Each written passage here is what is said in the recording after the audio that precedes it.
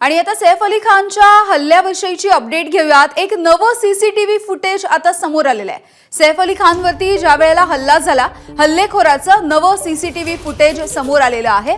हल्ल्याच्या उद्देशानं वर जाणाऱ्या आरोपीचं जिन्यावरचं हे सीसीटीव्ही फुटेज आहे। हे सीसीटीव्ही फुटेज आता एबीपी माझाच्या हाती लागलंय। आपण बघतोय सैफ अली खानवरती ज्याने हल्ला केलेला आहे त्या हल्लेखोराचं हे नवं सीसीटीव्ही फुटेज आहे। हल्ल्याच्या उद्देशानं वर जाणाऱ्या या आरोपीचं हे सीसीटीव्ही फुटेज आहे आणि यामध्ये हा आरोपी कैद झालेला दिसतोय। या सीसीटीव्हीच्या कॅमेऱ्यामध्ये अत्यंत दबक्या पावलांनी असा हा आरोपी वरच्या दिशेने जाताना दिसतोय। गणेश ठाकूर आमचे प्रतिनिधी आपल्याला याविषयी माहिती देतील। गणेश, हे नवं सीसीटीव्ही फुटेज हो, त्याच कॅमेराचं सीसीटीव्ही फुटेज आहे ज्यामध्ये पहिल्यांदा त्याचा चेहरा समोर आला होता। 6व्या मजल्यावरती हा एका रहिवाशाने लावलेला जिन्यांवरचा कॅमेरा आहे, फायर एक्झिटच्या तिकडचा।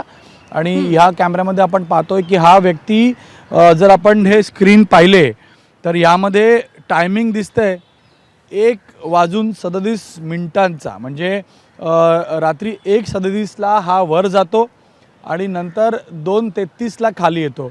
म्हणजे जवळपास 1 तास हा त्या परिसरामध्ये होता।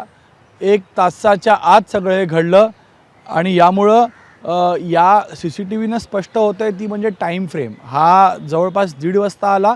FIR मध्ये त्याची नोंद आहे की 1:30 ते 2:30 पर्यंत हे सगळं घटनाक्रम घडलं।